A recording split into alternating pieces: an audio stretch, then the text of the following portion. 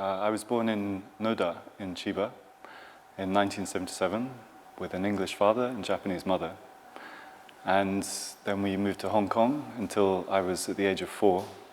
And then we came to the UK.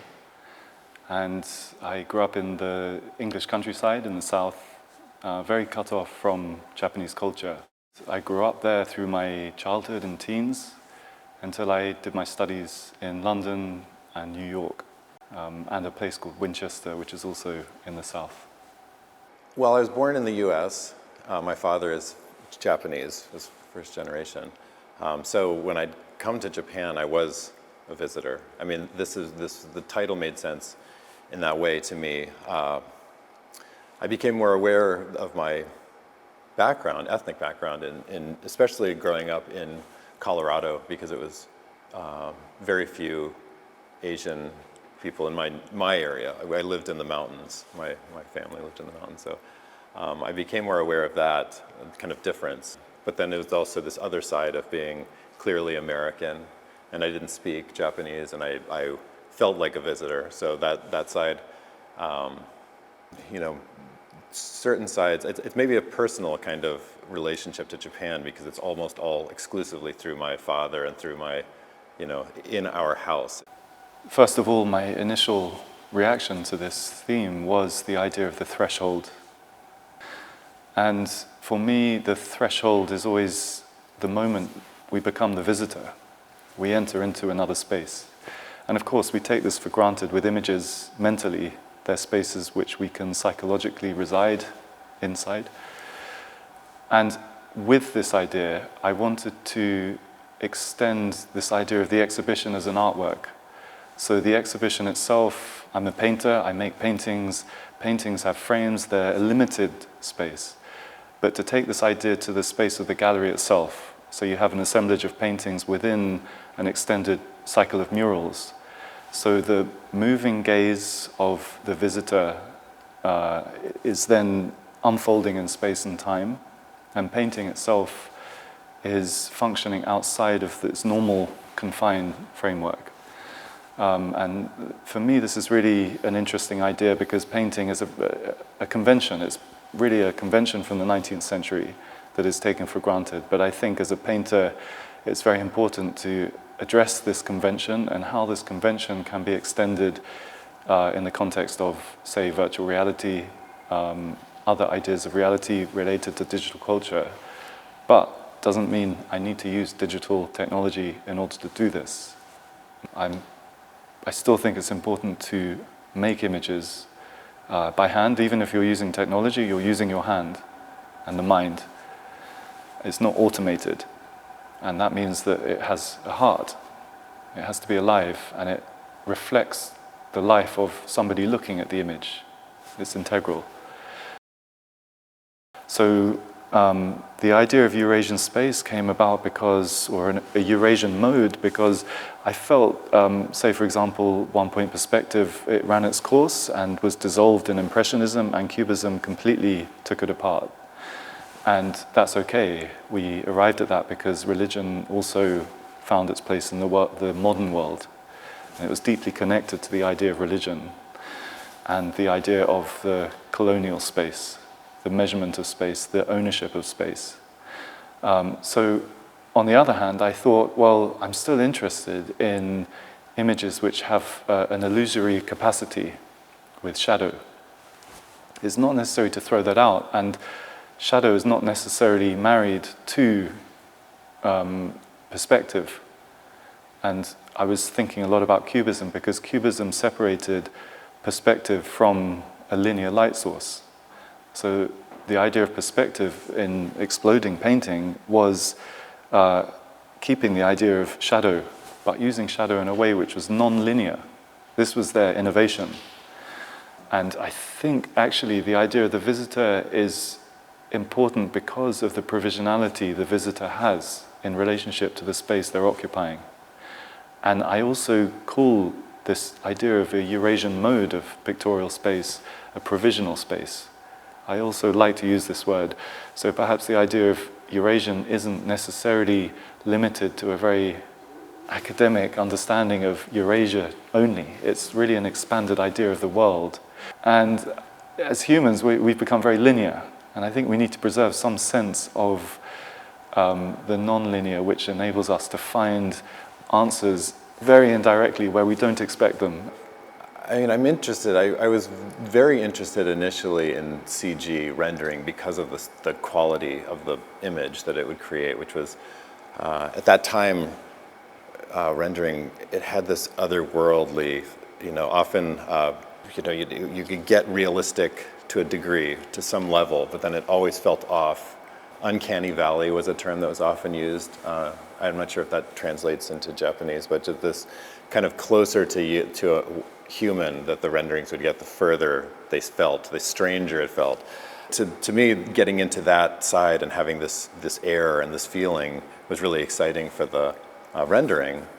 And then I recognized that those renders from 10, 12 years ago would feel specific to that time, like very of that moment of rendering. And as the technology improved, I've continued to try to stay on top of those improvements.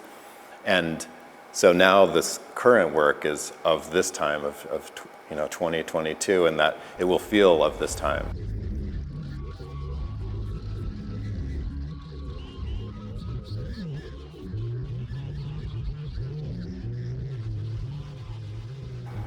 When I came up with the idea of this dog, I had this idea of making a character that was like Mickey Mouse or Bugs Bunny or something that's like iconic, and treat it like it was an iconic character, even though no one had seen it and no one knows. And I was like, if I just do this, I wonder if I could slowly start to realize that, showing and working with this character. And the dog itself had, I wanted a character that was things would be happening to it as much as the dog itself was being able to do things were being done to it, and the equal relationship. So this dog had kind of he looks worried and a little nervous about what's coming to him, what's happening.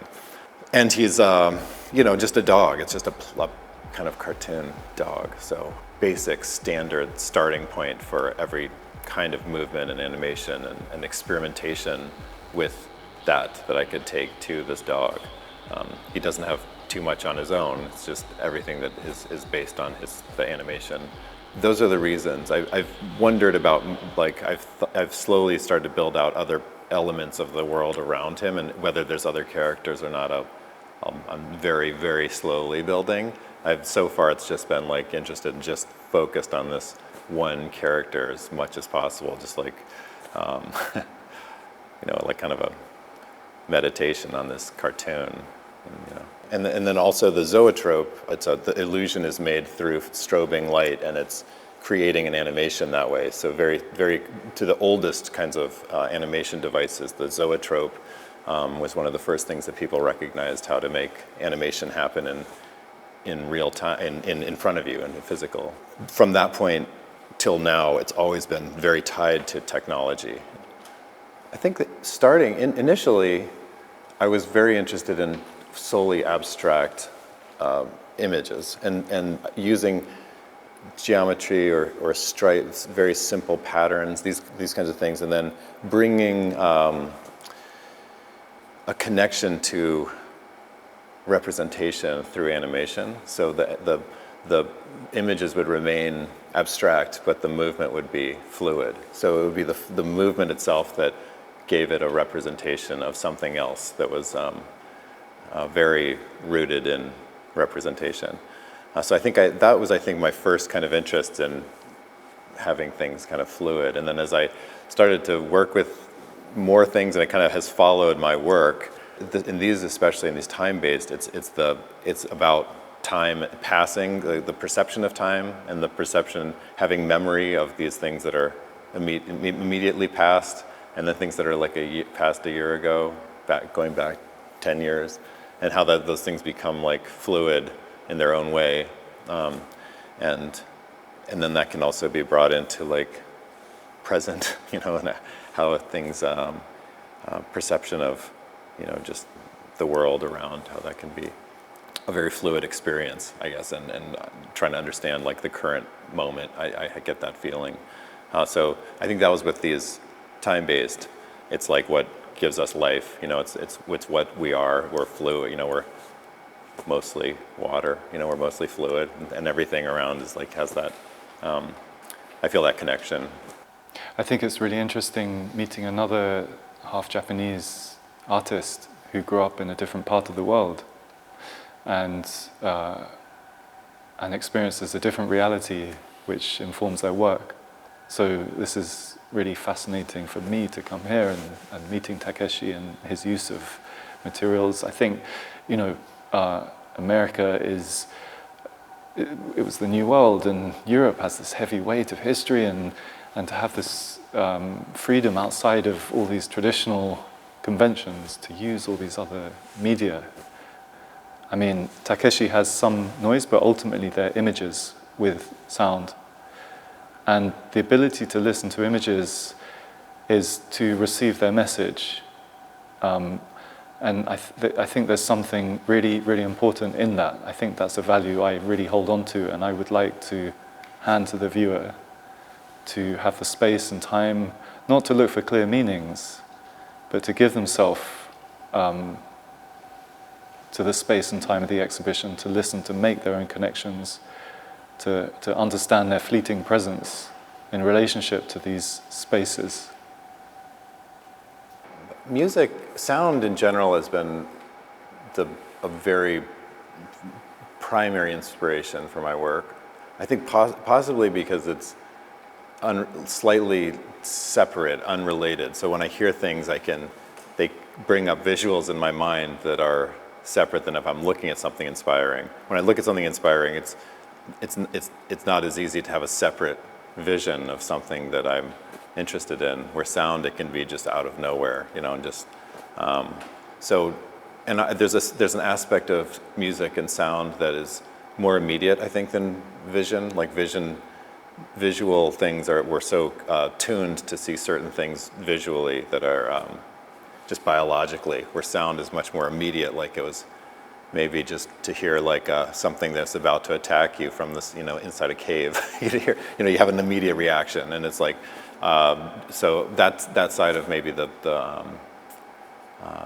just having the sense of sound being more directly tied to emotion and to an immediate response, which visually I try to get to that in my visuals as well, but it's a different way to get there. You can't, you know, to me. And looking back, really becoming an artist was, I think, a lot to do with a sense of an identity crisis. This was a space I could construct an idea of something which was not pre-existing, that I could not jump into. I had to be the author of a space which fulfilled a purpose that satisfied my needs to understand my place in the world. I think because the exhibition deals with the idea of illusion, it's very pertinent. The idea of constructed worlds. The visitor is, in a sense, like a ghost in this world, because this world is completely non-existent.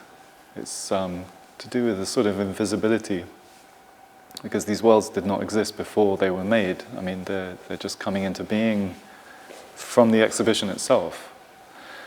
So I suppose the idea of the visitor is to offer some sense of going back to this idea of provisionality, using the word ghost, maybe it's a bit strong, but a ghost in the sense of this anonymous presence, a fleeting presence.